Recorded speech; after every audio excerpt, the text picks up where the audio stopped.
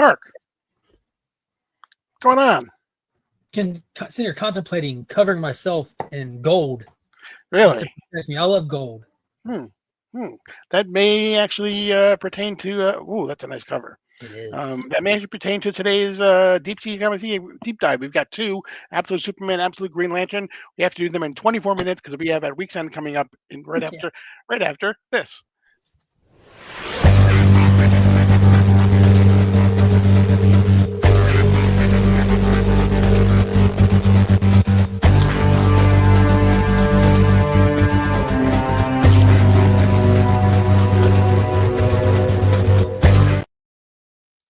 Before we get started, don't forget to subscribe. Oh, that's a nice one too. That's a beautiful one. Is that Clayton Crane? It is, yeah. And Clayton Crane would be the first to tell people that he would always hit the thumbs up, subscribe to the channel, and hit the notification bell for more content. Right. I thought you were going to say he would always be the first one to tell somebody that it's a Clayton Crane. He would also compliment them on their lovely wife. Wow. Yes, he would. He's got manners. He's just a polite person. That's all. Wow. Don't read too far into it. You'd have to go a little bit back, way back on the internet to get that. Yeah. It's crazy. Time flies, and so does Superman. In this week's issue of Absolute Superman number 8, a new story starts here. It does. It tells you right on the cover that a new story starts there. Right there, doesn't it? Yeah. Just as a reminder, Absolute Wonder Woman just did the same thing. Now Superman's doing it. New story arc. If you didn't pick up the stories up until now, this is a great jump on point. You don't have to read the rest. You can just get in where you fit in, grab them, but stop missing out if you're not reading these. Yeah, exactly. And we start, not surprisingly, well, maybe surprisingly, it's the Lazarus Corporation's quarterly earnings call. Yeah, so we did get the big tease at the end of the last story arc that we finally saw the leader of the Lazarus Corp, the shadowy organization that has all these peacekeepers that's running all these mining operations that Superman's kind of been pushing up against, the hero in the shadow, saving all these workers and stuff here and there, fighting against the system. Well, we meet the head of the system, and it's none other than Ra's al Ghul, ultimately, typically a Batman villain. He's now switched over to Superman for the Absolute world, and he's not the same Ra's al Ghul that we've seen before. He's definitely Absolute style. Absolutely, he's absolutely. That's funny. He's actually more of he's almost kind of in some ways the polar opposite. Ra's al Ghul in the Batman, the regular Batman universe, would not be a corporate guy. This is Vandal Savage all day, isn't it? Exactly. He was an eco-terrorist, or is an eco-terrorist for the most part in the Batman universe, the regular DC universe. Here the Earth for everything it's worth, just for a good $1. And he's massive. He's like 7 feet tall. He's ripped, crazy big. And like Paul said, we're in the earnings call, but in the middle of it, he's fighting some Omega men, the resistance fighters that are out there like pushing back as well. I guess they throw some in the room with him for him to beat up for sport, and he's just absolutely decimating them, just slamming them through the room, breaking his own furniture, just having and fun doing a play-by-play that he's doing that to people on the earnings call as well. Yeah, it's wild. He even throws one guy into his Lazarus pit and activates it, and then goes back to fighting. And it's crazy what happens with that guy because he saved him from last. He gets told that the shareholders are applauding.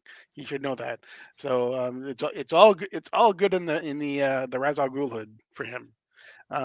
But yes, ultimately he goes back to that Omega Man that he threw into the Lazarus pit and picks him up, and it didn't just rejuvenate him; it literally turns back the clock. It's like the fountain of youth because now he's a baby and he's talking about like how a lifetime ago Ra's al Ghul struck fear into the hearts of the masses and blah blah blah. And he's talking to this baby as he's walking it out to the balcony, and he says, "My only regret is that I don't have a son through which to do it."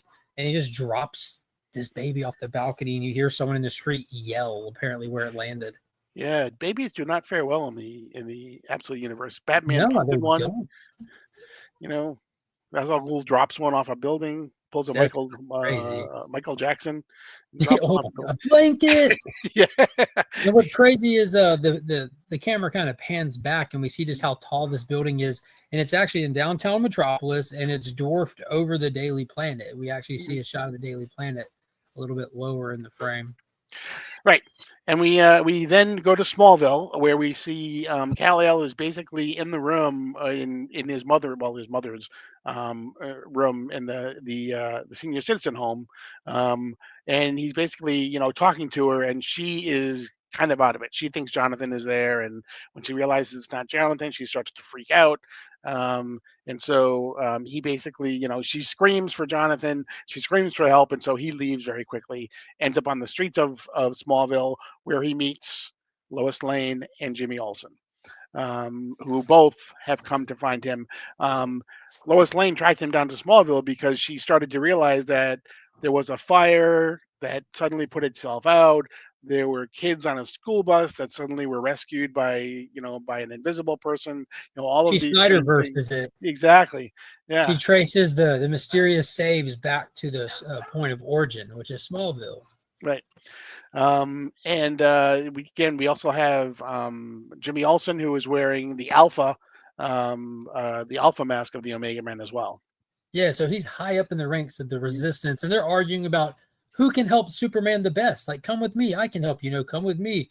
And he's sitting there, he's like, blah, blah, blah, blah, blah. And then he gets a bullet in the chest, just out of left field, just boom. Right. That And leaves it's just a small green. green trail coming out of Then his we turn chest. the page, it hit him center mass. He drops to the ground, and the Peacemakers come zip lining in off of helicopters.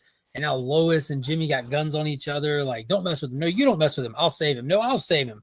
And they're bickering back and forth, and the Peacemakers all just bear down on him about the time that we finally see who's leading this team of Peacemakers. And it's none other than the Peacemaker, Christopher Smith, who we last left in that Brainiac one-shot under Brainiac's scalpel, who was experimenting on him. We saw his limbs he was like dissected but alive, and there's all kind of mechanical stuff he was doing. And we get a shot of him, and he looks like some kind of Metallo, really. He looks very much Metallo with a little bit of Brainiac thrown in. Yeah, With the brand purple. Metallo.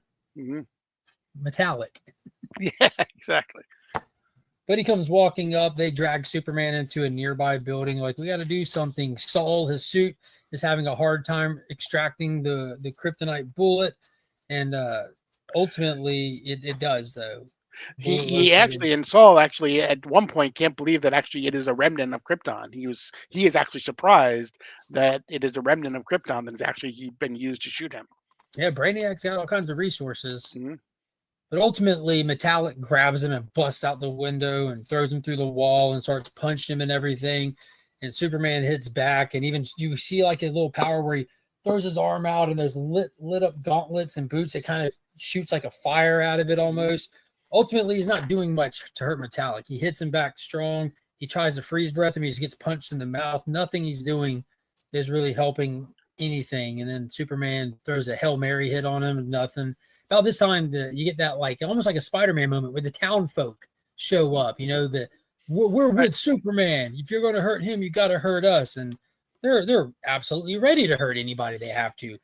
But Superman comes in with a big punch, gets the attention of Christopher Smith. And when we look up, I got excited right here because Soul has taken over, completely covered him. He got it using all the energy. And he has a tornado power.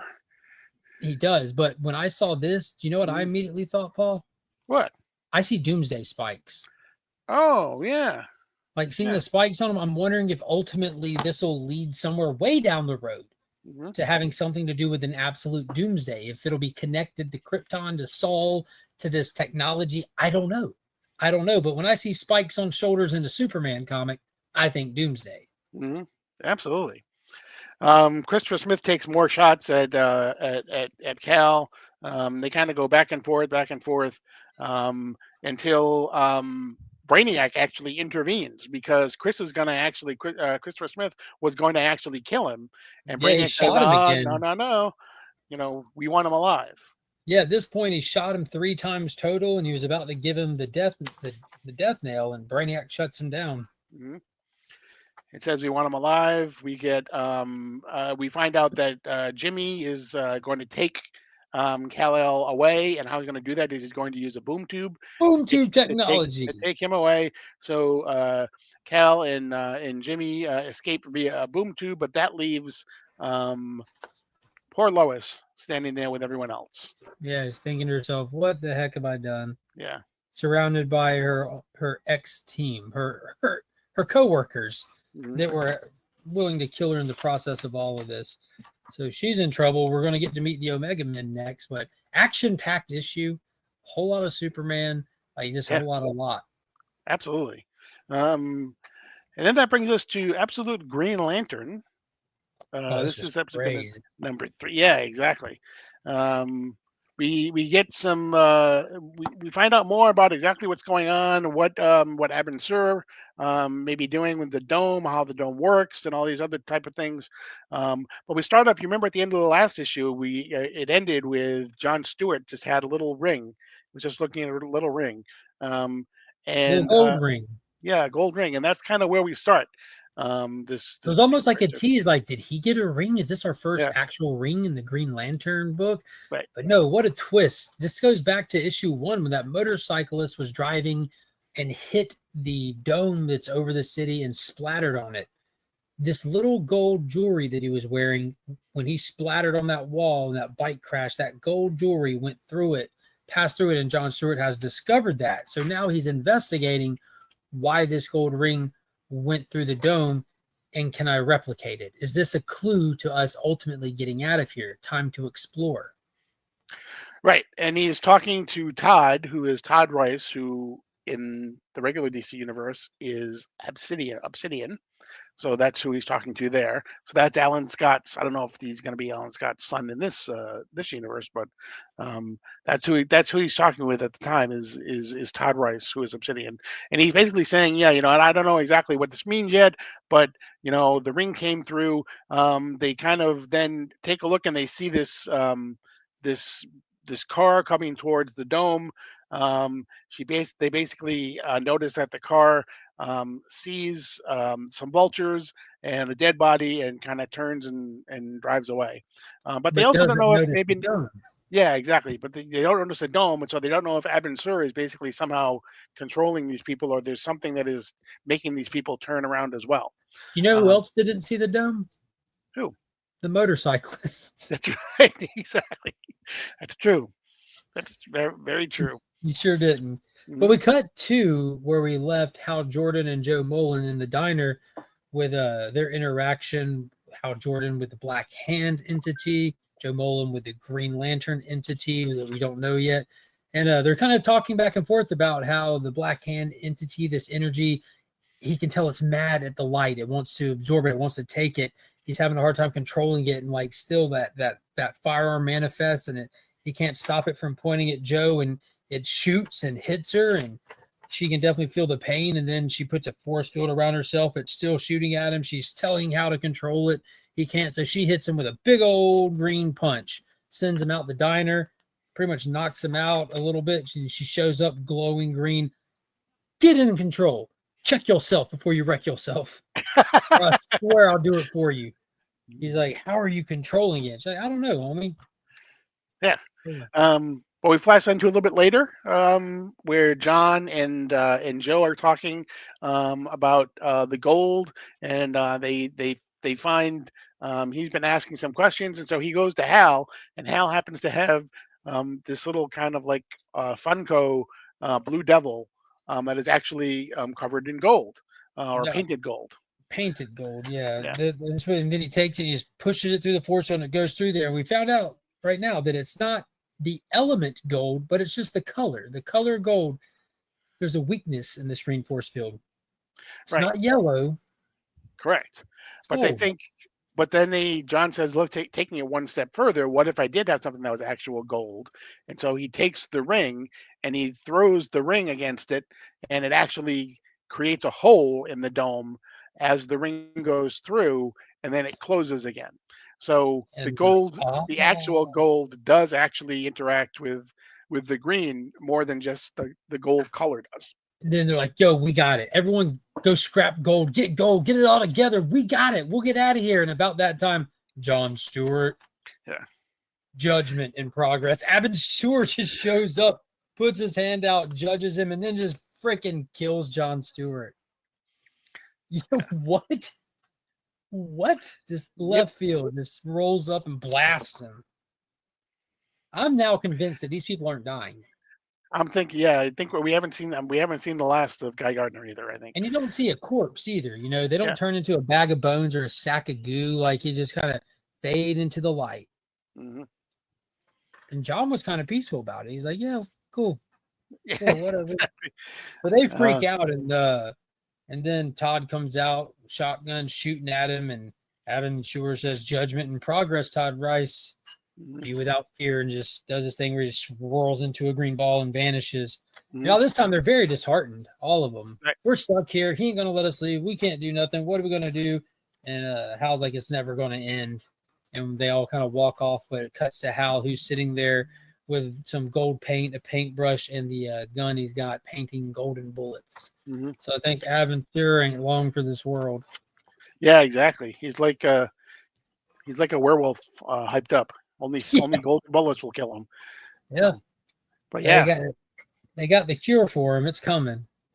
yeah. So a little bit of a twist with like you said, everyone. I mean, I say everyone, myself, thought that the ring at the end of issue 2 was going to be a ring for John that he was going to somehow get, but Al Ewing kind of twisted a little bit, which is kind of cool. And showing exactly what it does. So, still lots of questions to be answered. We're only 3 issues in, so I'm sure they'll be answered as we go along. But yeah, 2 more solid issues, I think, for Absolute, the Absolute universe again. So Extremely. It uh, was a great week. it was. I believe we finally have Absolute Bane coming up next week. I believe. Oh, that's gonna be So, crazy. yeah. So it may be an abomination. So. But we will take care of that when it gets here. Don't forget, before you leave, don't forget to subscribe. Don't forget to hit the notification bell. Don't forget to comment and like, because Clayton Crane says so. So, but that's going to be it for this edition of DC Comics Deep Dive. I am Paul. He is Mark. But we are Legion. And we have 8 minutes until our week's end. We did it. We did it. And you're now leaving Sector 2815.